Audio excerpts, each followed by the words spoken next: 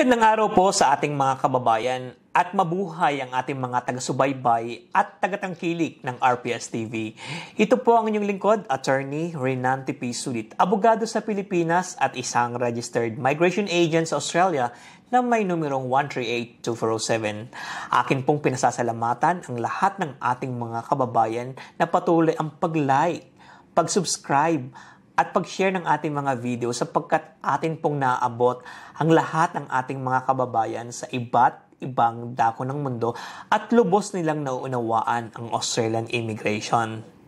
Akin pong pinapalaala sa aking mga taga-subaybay at tagatangkilik na huwag kararakang gagawing immigration advice ang lahat ng mga natutunan sa ating talakayan sapagkat ang inyong kasalukuyang aplikasyon o mga aplikasyon na gagawin pa ay maaaring kakaiba sa ating tinalakay. Kaya mangyari pong ako ay tawagan o inyong kontakin upang kayo ay mabigyan ng tamang immigration advice. Inilabas na ng Department of Home Affairs ang paunang kalatas tungkol sa mga pagbabago sa student visa. Kaya naman ang ating mga kababayang international students na andito sa Australia ay talaga namang inaabangan ang mga pagbabagong ito. At ito ay inaabangan din ng ating mga kababayan na nagnanais mag-apply ng student visa sa Australia. Ano nga ba ang mga pagbabago? Makakaapekto ba ito sa ating mga kababayang international students mula sa Pilipinas? Pagbabago ay sa ilalim ng pagpapatnubay ng Migration Act of 1958. Ayon sa amendment, ipagpapawalang visa ang Ministerial Number 69 na siyang basihan ng Genuine Temporary Entrant. Ito ay bahagi ng migration strategy na naglalayon na palawigin ang mga reforma sa student visa sector sapagkat ito ay matagal nang inaabuso at gustong baguhin ng Department of Home Affairs. Matatandaan ng international education sector ang pang-apat na may pinakamalaking ambag sa Australian economy. Ano nga ba ang mga pagbabago at paano ito makakaapekto sa ating mga kababayang international students? Sa mga pagbabago ay ang pag-aalis ng mga salitang applicant intends genuinely to stay in Australia temporarily. Ang mga salitang ito ay bahagi ng kasalukuyan ng Migration Regulations Act na siya namang sa halalayan ng mga delegado ng Minister of Home Affairs sa pagpuproseso ng ating mga visa ng mga international students. Inalis na ang mga salitang ito sapagkat naniniwala ang Department of Home Affairs na hindi na ito akma sa kasalukuyang sitwasyon. Sila ay naniniwala na ang kasalukuyang migration program ay tumutugma sa kanilang migration program upang matugunan ang shortages ng mga skill dito sa Australia. Napayagan na rin ng immigration ang mga student visa applicants na may intensyon na mag-apply ng permanent residency dito sa Australia. Alam nyo, napakarami ng taon na ito ay nagdudulot ng confusion sa ating mga kababayan na nag-a-apply ng international student. Tinatanong nila palagi na pwede ba silang mag-apply ng permanent residency habang sila ay naka-student visa. Sa kasalukuyang GTE requirement o Genuine Temporary Entrant Requirement, ito ang inalis ng amendment sapagkat hindi na ito akma. Samantala, ang GTE requirement ay hindi inaalis sa aplikasyon ng student visa guardian. Nananatili pa rin na pareho ang GTE requirement para sa bisang ito. Hindi inalis ng amendment ang probisyon sa student visa application ang mga sumusunod tulad halimbawa ng applicant circumstances in the home country, potential circumstances in Australia, value of the course at immigration history. Ito ay nananatili pa rin sa bagong genuine student criteria.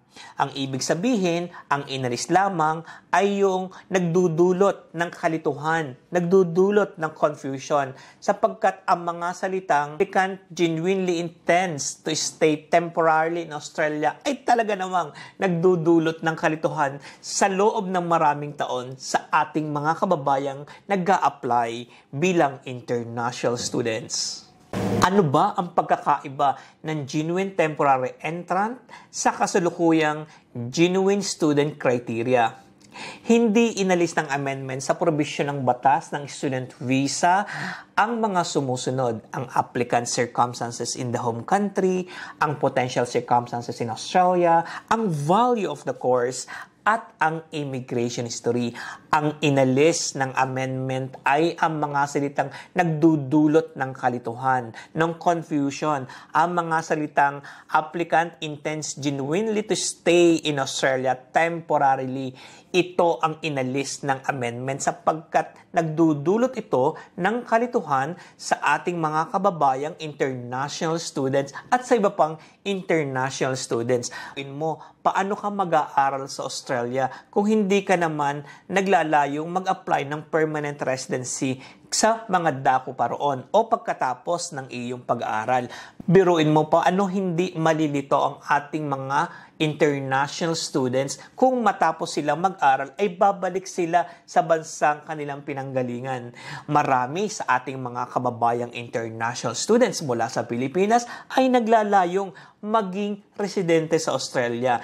Ito ang isang pagbabago na talaga namang napakaganda na ibinibigay ng Department of Home Affairs. Ito ay hindi lamang nakatutulong sa Australia kung matugunan ang mga skills shortage, kung hindi natutulungan din nila ang ating mga kababayang maging residente ng Australia pagkatapos ng kanilang pag-aaral. Kinonsulta rin ng Department of Immigration ang education sector upang bumuo ng mga targeted questions. Ito ang hahalili sa 300-word statement ng GTE o Genuine Temporary Entrant. Ang katanungang ito ay sasalamin kung talaga nga bang genuine applicant na international student ang isang aplikante. Ang mga katanungan sa genuine student criteria ay katulad ng aking binanggit na may kinalaman sa applicant circumstances in the home country. Ito yung mga bagay na may kinalaman kung ano ang ginagawa mo sa kasalukuyan sa sarili mong bansa. Halimbawa, ikaw ba ay aktibong parte ng komunidad? Ikaw ba ay may trabaho? Katulad din, narito rin ang potential circumstances in Australia. Ikaw ba ay mayroong living arrangement? Ikaw ba ay mayroong mga kamag-anak sa Australia? May mga tutulong ba sa iyo pagdating sa Australia? Narito rin ang value of the course to the applicant. Bakit mo pinili ang kurso na to? May kinalaman ba ang kursong pinili mo sa iyong tinapos o sa iyong trabaho? Sapagkat kung mag-aaral ka sa Australia at gusto mong i-improve ang iyong skill and qualifications, dapat may kinalaman ang iyong kukuhanin para sa iyong kukuhanin sa Australia. Dito, mapapatunayan mo na ikaw ay genuine student. Naririto rin ang immigration history. Kung ikaw ay dati na nag-aral sa Australia, titingnan ng ating delegado mula sa Minister of Home Affairs kung sumunod ka sa lahat ng condition ng iyong mga visa. So, ang ibig sabihin, itong mga criteria na nasa genuine temporary entry ay hindi inamendahan. Inamendahan lamang ay ang mga salitang applicant intends genuinely to stay in Australia temporarily.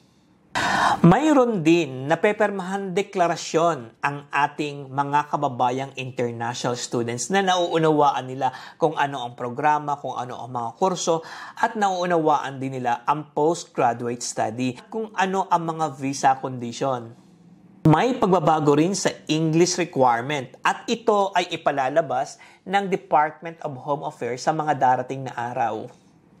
Kaya naman po sa ating mga kababayang international students na nangangamba sa mga pagbabagong ito, huwag po kayong mangamba sapagkat alam ko na karamihan sa ating mga kababayang international students mula sa Pilipinas ay mga genuine applicant na naglalayon na mapaunlad ang kanilang skill at qualifications at maging bahagi ng Australia. Kaya naman po, sa ating mga kababayan, kayo ay patuloy na tumutok sa ating channel upang maging updated sa lahat ng pagbabago sa Department of Home Affairs sa Australia. Kay RPS, sulit ang visa mo!